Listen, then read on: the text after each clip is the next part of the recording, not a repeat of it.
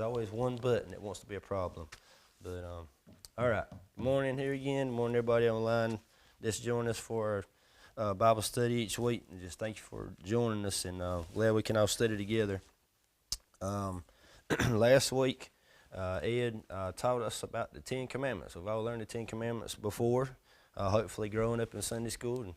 And I was reading something this week that said that more than half of the people that live in the United States cannot name 4 of the 10 Commandments. I can believe that, because if I tried to do all 10 on just somebody just hit me, name them, I'd probably get to about 7, and I'd have to think a little while to get the other 3. But he did a good job going through them last week and explaining each one. The only thing I'll add to what he said is just that as I was listening to him, I was reminded of somebody I heard one time say the first 4 are about a relationship with God and us, and the last 6 are about us and another person. And the one in the middle there, number 5, where it says honor your father and mother, is like a hinge to those 2. And it's interesting to me, it always has been, that you go from the laws that we have, the commandments we have of our relationship with God directly, to the ones that are with us and another person, and honor your father and mother is the one in the middle, and that's where we learn those things from our father and mother. While we're growing up, we don't know any of those things when we're 5 years old, and our father and mother are the ones that teach us those things, so that whenever we are adults, all those other 5, we get them. We've been taught right and wrong by our parents. So that was kind of neat for me to always to remember when I think about the 10 Commandments. But first of all, why are the 10 Commandments? If I go back to chapter 18 just for a second, because I want to come back before last week's lesson to see why we get to where we're going to be today, chapter 22, is because when Jethro, Moses' father-in-law, came along to visit, he saw how busy Moses was. Y'all covered that last week in here. Moses could not handle the amount of civil disputes going on. Moses was meant to be the spiritual leader for the people, and he was that. But at the same time, he had people coming into him from dawn to dusk. I've got a problem with this person. I got a problem with that person. He was handling civil disputes among the people all day long, and he was tired from it. Jethro, of course, told him, you need some help. You need to enlist and delegate some people that can help you with these matters, and so he did. And we see those things play out through chapter 18. Then, of course, we get into 19 and 20, the 10 Commandments come along, and we're told about the ones like we studied last week, 1 through 4 with God and man, and 5 through 10, man and man. But those were laws meant for this nation. And we got to remember, these people who have been given these 10 Commandments have been living in slavery for over 400 years. The only law they knew was, don't make Pharaoh mad. Do whatever you're told, and you won't die. And they didn't have a free society to live in. There was no taking a complaint to a judge or to a person. It was too bad, that's how it is, because that's what the slave master said. So they're living in an entirely new environment, and there's chaos among them. I always try to think of the laws. It just helps me understand it better, is what if we just had everybody just go get in the car and drive how you want to? Go whichever direction you want to, drive in whatever lane you want to. When you get to an intersection, do what you want to. Don't worry about the signs. They don't mean anything. Can you imagine the car accidents and the chaos there would be? I mean, we'd have just a mess. And laws straighten all that out. You got stoplights, stop signs, speed limits, lines on the road to tell us where we're supposed to ride and not ride. It organizes everything, and unless somebody disobeys one of those laws, everything goes fine. But the minute somebody decides, I'm going to run that red light, now we got a problem, because somebody may get hit and we got an accident. Well, that's kind of what these laws were meant to do. They were going to be guidelines for the people to live by, but they were also going to be something in particular for this group of people, because God had something special in mind for them. They were going to be the group of people that was going to set the example for the rest of humanity. They were chosen to be this. Whenever God chose Abraham and said, you're going to be the chosen nation. I'm going to make a nation out of you. And Isaac and Jacob, you got the 12 sons, and they go in slavery, yes, but that nation was being built while it was in slavery for this time. so that God could guide them and give them the tools they need and the guidance and discipline they need so that they can be the example from everybody else. It would lead to what we are today, the Christian church. We're supposed to be the example for everybody else. And so these laws that we have in the Ten Commandments, those were the smallest, most concise set of rules that they could go by. They had to live together. They couldn't just be evil and do whatever what they wanted to do. They were never going to get along. If you put 3 or 4 kids in a room and don't give them some rules, get ready, because you have a fight break out in just a few minutes. But when mom or dad steps in and says, look, these are the rules. You can play, don't get in a fight, and they lay out the guidelines. As long as everybody behaves, everything's good. But they needed these rules, so God broke it down and gave them 10. Said, live by these 10, and everything else will follow. Well, after these 10, you get in verse 20, you start seeing more things come about. And in verse 2 of chapter 20, before we go that far, verse 2 of chapter 20, he gives them this reminder before he gives them those 10 commandments. I am the Lord your God who brought you out of the land of Egypt, out of the place of slavery. And he tells them that before he gives them the rules. Why? Because he wants them to understand, you need to know, if it were not for me, you'd still be in slavery right now. I'm the one who brought you out of slavery. Remember that. I'm the one who you owe this allegiance to. I'm the one that if you feel gratitude at all, you pay it back towards me. And so then he gives these laws. Well, after that, you start seeing more laws. As you get into 21, there's all these additional laws. And these laws do a couple of things. They're guidelines like we just mentioned, but they're also tools to expose the wrong. You see, when I get on the road and I decide I'm gonna get on, I-95 out here, and I'm gonna go 100 miles an hour. Well, unless I see a speed limit sign that says I can't go but 65, how will I know I'm breaking the law? Have you ever been driving along and the speed limit changed and you didn't see the sign, and all of a sudden you recognize, wait a minute, I'm going too fast for this area. I didn't see that sign when it changed, or if it did change, I missed it completely. And until something tells you you're doing wrong, you don't know. Now, we've been given by the Ten Commandments, we've been given a moral compass inside our conscience and inside our souls and hearts to know that. All these other things were additional laws that God would give to help these people understand even further and even in more detail right and wrong. They were going to expose things having to do with personal responsibility, justice, fairness, kindness. And when we start looking at all these things, we start seeing the heart and the makeup and the personality of God come out.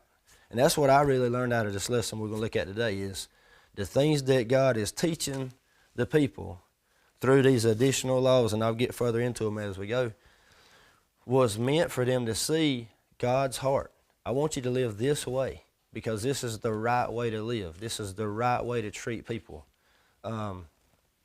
And we can see that from the very beginning of time when God creates Adam and Eve, and he tells them, don't bother this tree of good, the knowledge of good and evil. And there's a reason for it. He didn't want them to be in such a place that they would deal with sin. He was protecting them. What are rules for? To protect us.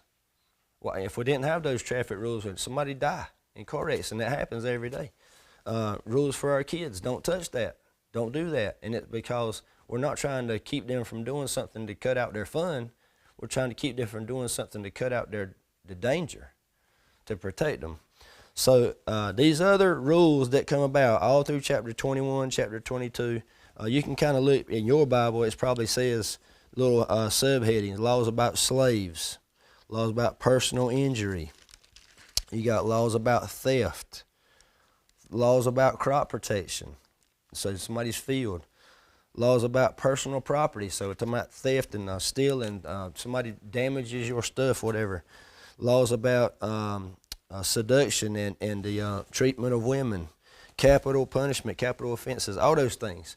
And so all those things, one by one, we don't have time to go through in the detail we need. What I'll tell you is there were 613 of these additional laws.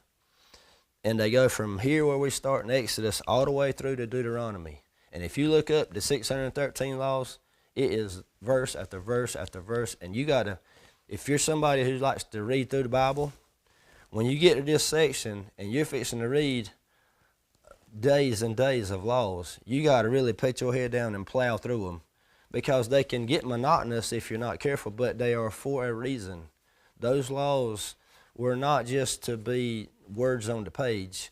They were for a reason. There was more detail into all these laws. When it says thou shalt not murder or thou shalt not kill, yes, that's true. Now you've got all these situations that come about. Well, what if so-and-so happened? What if this happened? What if I thought that person was about to kill me? What if I was being attacked? And so those things are talked about in these verses as you go through. One I will point out, verse 20, just because for reference, if you ever hit this story again, in chapter 22, start with verse 1. When a man steals an ox or a sheep and butchers it, or sells it, he must repay 5 cattle for the ox or 4 sheep for the sheep. So if you steal something, you have to repay it 4 sheep for 1 sheep. Do you remember when Zacchaeus, the tax collector, who was the dirty dog in town, stole from everybody? He was not an ethical tax collector. He was allowed to. All the tax collectors were like this. They were crooked and corrupt. They took more than what they were supposed to take. They were just flooding their pockets with extra cash, and he was corrupt. And once Jesus called him out for it, and he felt the conviction of sin for it, you remember what he said? I will repay someone I've done wrong 4 for 1. That's where this comes from, because that was the law, that was the law, that was the law, that was the rule. If you stole from somebody, you paid back 4 times what you stole. There was a restitution for that. So this is just one example, but if you go through all those, what it basically talks about is fairness, kindness, like I said earlier, personal responsibility. Boy, we're lacking that in our nation today and in the entire world. People are taking personal responsibility for the things that they've done. My actions are my actions and my responsibility.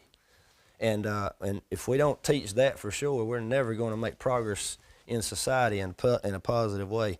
But all these things were about compassion. They were about fairness. They were about avoiding injustice in any kind of way. And so if you go through them one by one, you'll see that pop up over and over and over again. Now, why was God so hard on putting these things in place and erring toward the side of kindness and generosity? Because he has reminded them, said, you need to remember, I'm the one, remember what we read a minute ago, I'm the one that brought you out of slavery. No one would know better in the world at that time what it felt like to be belittled and treated wrongly than a bunch of slaves. 2 million people that had been slaves for 400 years. If anybody would understand that, it would be them.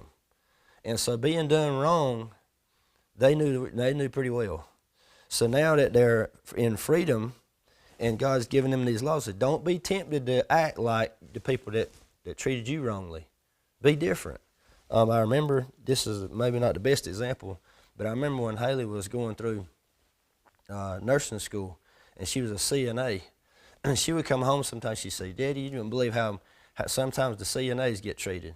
We get the dirty jobs. The doctors and the nurses, sometimes they just walk right by and tell us to do this, and we wind up mopping the floor and changing bed sheets and stuff. She said, we just get the dirtiest jobs, get treated so bad. I said, well, don't forget that when you are a nurse, because you've been a CNA. When you get to that place and that CNA's coming in there and she's 21 years old and trying to figure it out and feels the same way you do now, don't forget that. And I thought about that this week because God is trying to tell me, don't you forget how you were treated, and don't treat people that way because it's wrong. So the law exposes our sin. It makes us see that we're doing wrong. How am I going to know if I don't have somebody to tell me? That's what happens in a lot of churches now, I'm afraid, is that the word sin's being taken out of the room to make everybody feel good. And so everybody comes in feeling pretty good, and they go out feeling pretty good, and they've been sitting on the padded cushion, and we've never been told, hey, life is good, you've got a lot to be thankful for, but sin is in your life. You need a Savior. You need somebody to save you. The problem they had when they were in Egypt is they were in slavery. They couldn't get away from it. They had to have somebody to save them. And then here they are seeing their sinfulness exposed by the law. It points everything towards Christ. You know, every lesson we study, it seems like before we get done, we can see something about Jesus in it. Just everything, every time you ever read. So when people tell me there's no Jesus in the Old Testament, I was like, you just keep reading some more, you'll find it. Because it's there. But every lesson we have, we can find Jesus in it somewhere. And this points us to Jesus Christ. That we're going to have this Savior. So here they are, all these additional laws we just talked about. Those two things happens here is when we want to have, when we have all these laws and everybody's obeying these laws, we have what everybody always says they want, peace. You know, when everybody at your house is getting along, mom and dad's getting along, kids is getting along, you got peace in the house, right? It's a nice place. That's a good day. Let something go haywire and one person get out of sorts and the peace goes away, or somebody disobeys the family or household rule and it gets out of sorts, and now you got no peace. And it was always funny. I don't watch them anymore. You remember the beauty pageants? And I don't really care anymore. But you had the Miss America or whatever. All those ladies get it. What is your desire for the world? I want world peace. They would always say that. I mean, it was just something to say, I'm sure. But world peace starts with, I've got to do my part being in right relationship with God. If I do that, then I can have a right relationship with everybody that's around me. And that's what God's trying to teach them here, I think, is you do the 10 Commandments. Those are the first 4 about me and God. And then the rest of them are about me with everybody else. So these 613, they just elaborate in a ton of detail on all these other things. We're going to concentrate on the back half of chapter 22. Actually, we're going to start at verse 21. Because we're going to focus today on how God protects people who are vulnerable. The writers have chosen in our literature to focus on this area. And like I said, we could spend days and days on all the rest of them. But the writer decided to focus on these particular verses, so we're going to do the same for today. Starting with verse 21, it says, you must not exploit a resident alien or oppress him, since you were resident aliens in the land of Egypt. And you must not mistreat any widow or fatherless child. If you do mistreat them, they will no doubt cry to me, and I will certainly hear their cry. So, to kind of catch up, you must not exploit a resident alien or oppress him. Well, they had been resident aliens. They were Israelites in Egypt. And as I mentioned already, they already know what it's like to be oppressed. By living in slavery generation after generation for over 400 years, they had little to no property at all, no rights, no anything, except slave masters and family. That was it. And so it says, don't exploit a resident alien. To exploit, it would mean to mistreat somebody, to oppress them, to wrong that person. So if I take advantage of if I'm going to make some financial deal with Mark, and we agree to some terms, and I cheat him some way, I've exploited the situation, and I've taken advantage of him. I've done him wrongly, and I've been unfair. I could read this thing about one time the little kids used to do. I don't remember what it was. They were going to return newspapers. I don't remember what it was, and they would shove rocks in the bottom of the wagon, make it be heavier. They just cheated, things like that. Anytime we do something that exploits a situation. But to mistreat, said don't exploit a resident alien. So now what's a resident alien? They're wandering around in the wilderness. But a resident alien, another version would be a sojourner, a foreign person traveling through. I mean, they weren't the only ones out there. There's other nations and other communities that were traveling around too. So when someone that was a foreigner or sojourner traveling through would come through their area, I mean, there's 2 million people here, so they were not to take advantage of that person. They were not to treat them wrongly. They were not to treat them in any way that would be an oppression to them. So he says, since you were resident aliens in the land of Egypt. So he's reminding them, you knew what this is like, so don't do it yourselves. And he also points out a specific group of people, widows or fatherless children. You know what that carries into our Christian life today. You know, if you go into the New Testament, Paul talks a lot about taking care of widows, taking care of fatherless children. We try to do that in our church. We just did it there at Christmas. The widows and the widowers, giving them fruit baskets. But you know, how many of us don't have compassion and think about? A lot of times, we've got the cold weather coming this week. I might say, well, you know, hope so and so is okay, and might need to check on them, because we know if there's not a husband or father in that home, and they've not got some family support around them, they're gonna need help. But he says here, don't mistreat these widows or these fatherless children. They're the vulnerable. They're the least protected. They're the ones who can't fend for themselves, so to speak. And I'm sure there's some tough ladies in this group, but that doesn't change the fact they didn't have a husband, a man in the house, a man in the family who could guide, lead, and do things to protect, whatever. And so here he gives out this rule: don't mistreat these widows and fatherless children. If you do mistreat them, they will no doubt cry to me, and I will certainly hear their cry, and my anger will burn and will kill you with the sword. Then your wives will be widows, and your children will be fatherless. And I go back to the verse that I mentioned last week. It's over in Deuteronomy. It says, if you follow me and obey me, I'll bless you. And if you disobey me, I'll be forced to curse you. And it's kind of the same kind of thing here. Is he's saying, look, if you do the right thing, things will go fine. But if you don't do the right thing, the things that happen in your lives will lead to disaster. So if you do things that against these widows and fatherless children, it said, and they cry out to me, I'll hear it.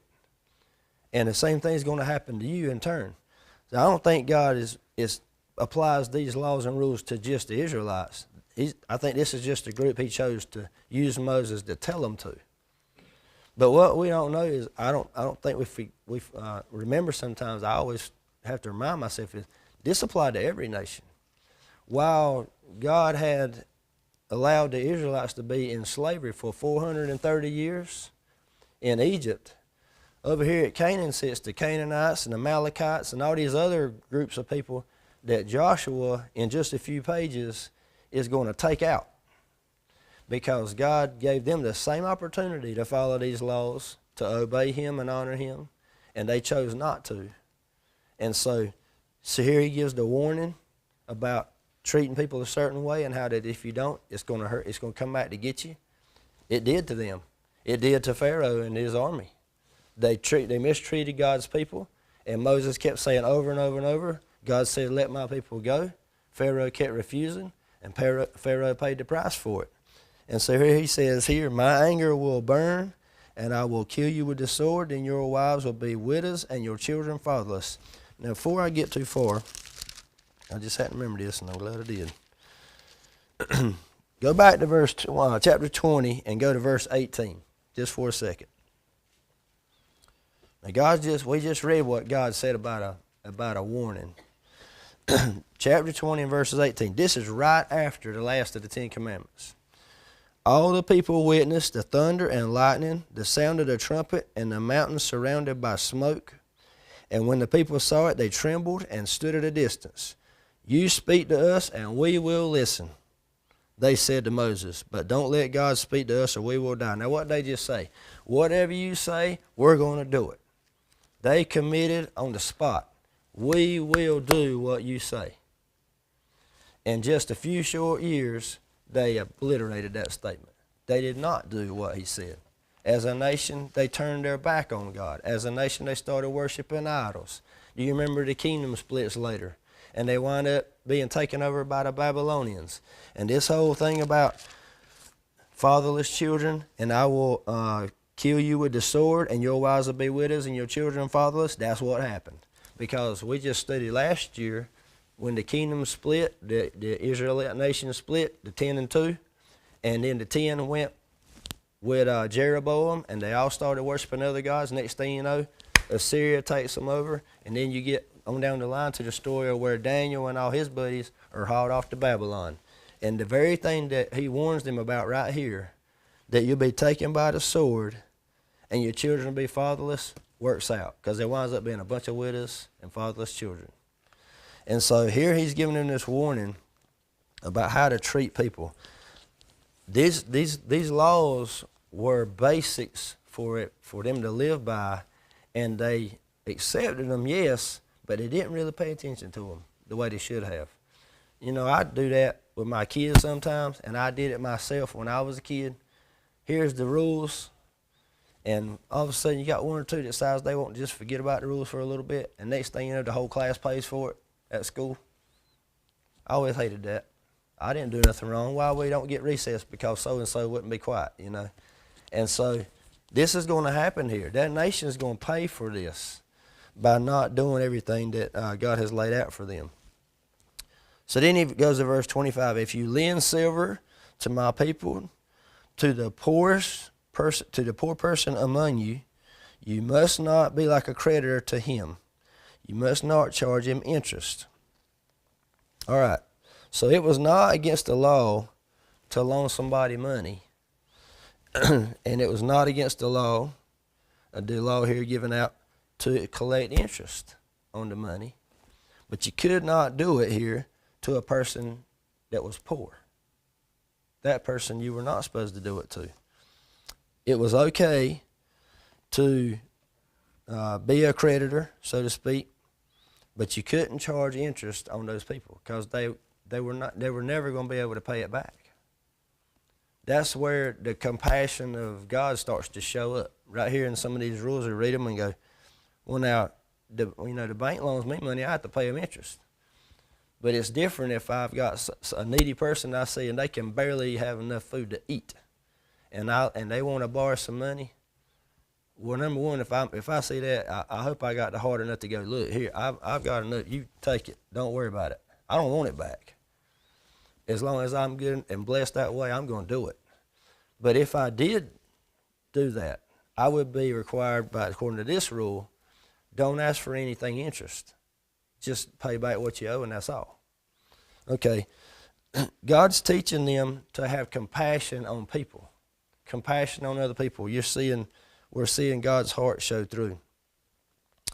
So Israel was to be this example to the world and to treat people a correct way or face consequences. No interest to be charged right here. And so he's teaching them to be like him, to love like him, to have compassion like him. And a very act of Jesus is an act of compassion on us. Read a little further there.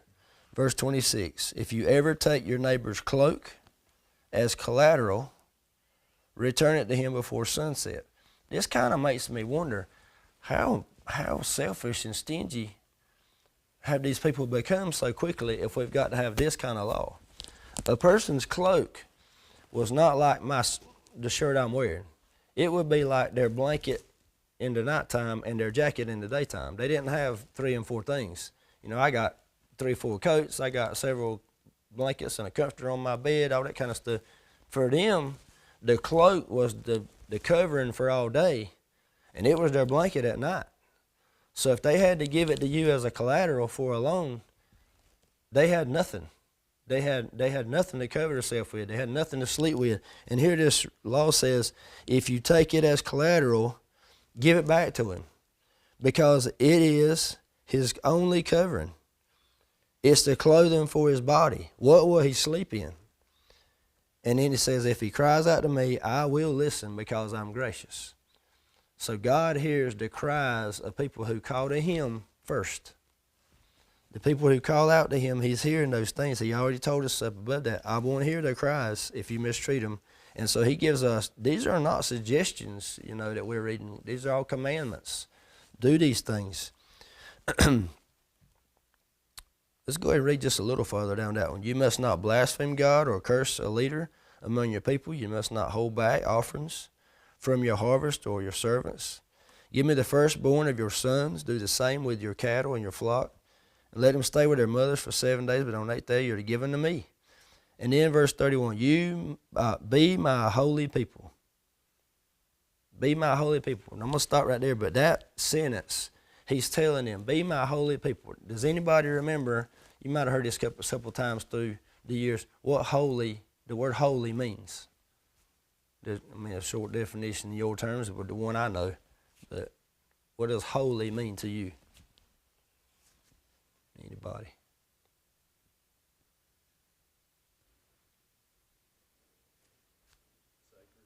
Sacred, that's good, yeah. So the one I learned a long time ago is set apart. But sacred is very similar. Set apart. Be different than anything else. If at your house, if you got a Bible, I know I got a rule in my house. My family knows it. Don't put nothing on top of my Bible. I don't want a remote control sitting on top of it. If it's sitting on the table, I just don't like that. For me, it's just this is sacred. It's different than the Dr. Seuss book over there, and it's different from the novel somebody's reading. It's just different to me. That's set apart. And so things in our lives having to do with God ought to be sacred, including our Christian walk. That's sacred, like you said. But to be holy, he's saying, set yourselves apart. Be different than the rest of the world. And that's what we're supposed to do when we become saved, I think. We're supposed to be set apart so that we show up. I use the example a lot of times. You might have heard me say it, is that when you go get a haircut, somebody ought to notice it. You know, when I get one, everybody knows that because it's a short. But when you get saved, it ought to show up. You ought to set apart now. You ought to stand out. People go, that dude is different. He's not like he used to be, or she's not like she used to be. And he's saying here, be my holy people. Don't just have these rules as be something to just be a chain on your neck. That's not what it's meant to be. It's so you can stand out and be separate so that the world can see. That's good. I mean, when you can't help but feel good and pleased, not proud, but satisfied at least, when you've lived a life, lived a whole day in your life, and you've truly sought to follow God's will and pray that day and do good things. And when you get to the end of the day, look back on that day and go, that was a good day. I was able to do so much for God that I didn't do another day. I did better today. I followed what His Word says. I heard somebody this week say, if you spend about 10 minutes praying every day and about 10 minutes reading every day, reading Scripture, that's listening to God every day. So 10 minutes talking to God and 10 minutes listening to God, and then 10 minutes telling somebody about God. That's the hard part. That's a good day. That's a half an hour. But you've completed all three things that God wants us to do. Talk to Him, listen to Him, tell somebody else. And that's what He's telling him here is be different, be holy. Now it jumps over to Leviticus, and I'm just going to read it off our text. When you reap the harvest of your land, you are not to reap to the very edge of your field or gather the gleanings of your harvest. Do not strip your vineyard bare or gather its fallen grapes. Leave for the poor and the resident alien. I am the Lord your God. So what's a resident alien? It's anybody that's in and around you that's not a citizen, in your culture, not in your nationality, not somebody that's, for us, we have a visitor come here. Treat them right. If somebody comes in, they're traveling through and they're from Louisiana. Who cares? They're a person. Treat them right. Somebody that happens to come around you and, we're Christian, they happen to be a Muslim, I'm still going to treat them right. There's a right and a wrong way to treat people, and God calls us to treat people correctly. And this is more the same. But this, you'll remember, this little part in Leviticus about the harvesting and gleaning. You think back to the story of Ruth. And I went to that last night, and I'm not going to read it. But do you remember when Ruth and Naomi go back to Naomi's land, and when they get there, you've got two widows there, right? Naomi's husband's died, Ruth's husband's died. We got two widow women. They have no way to provide for themselves, and the poor were allowed to go to the fields during harvest, and that's what that story is about. When Ruth goes, it was the time of the barley harvest, if you read it. And the farmers would go, and each farmer owned his plot of land just like it is today. and they would go and they would send their guys out to harvest, but they were supposed to leave the outside edges for the poor people to be able to come. Now, I like this because it wasn't like the food bank over there in Pine Level. You just drive up and they throw it in your truck. This was, you go out to the field and get it. By this way, no, they didn't do the work of planting it and everything, but at least they had the pride of going and working for the food they had. They had to go out there and pick it up. Okay, now should be perfectly willing to give somebody food if they need it. That's not what my point is. But my point of saying that is it gave someone the pride of being able to provide for themselves in some way. And they were allowed to go. Now, if you remember that story, Ruth and Boaz, old Boaz, he had eyes for Ruth right to start with.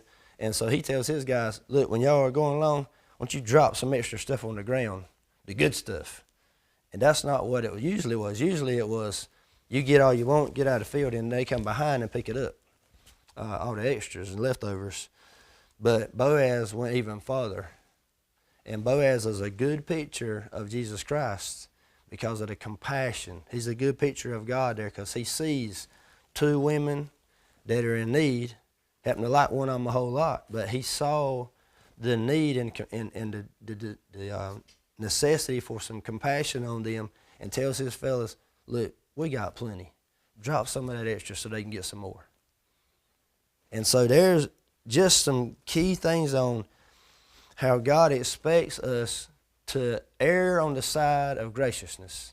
And you can't ever go wrong with that, is err on the side of kindness. It's tough sometimes when you sit there going, I want it to be dead fair, and I got this, and I want them to get the same thing back.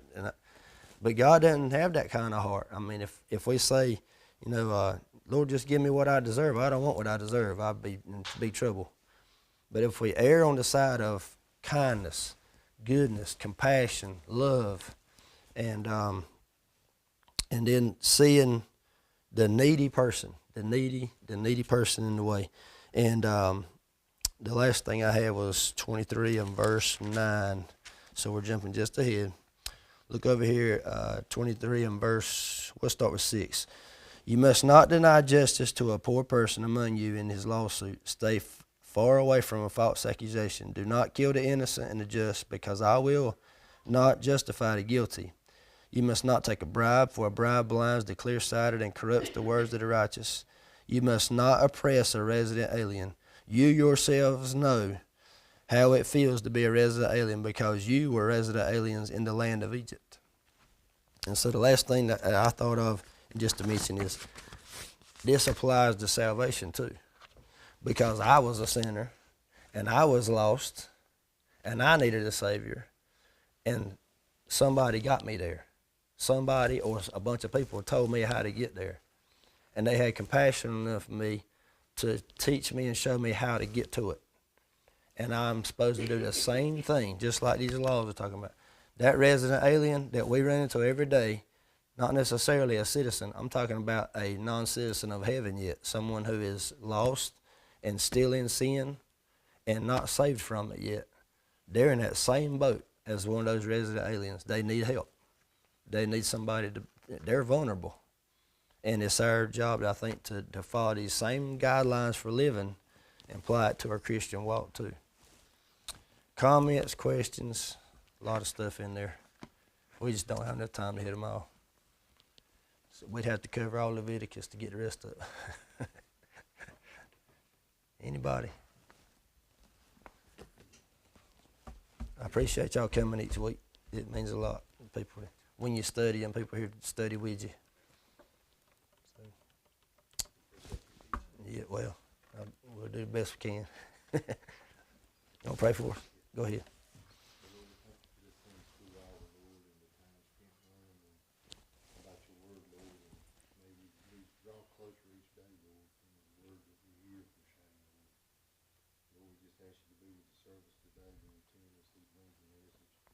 Lead, guide, and direct everyone here today to do your will, not ours, Father.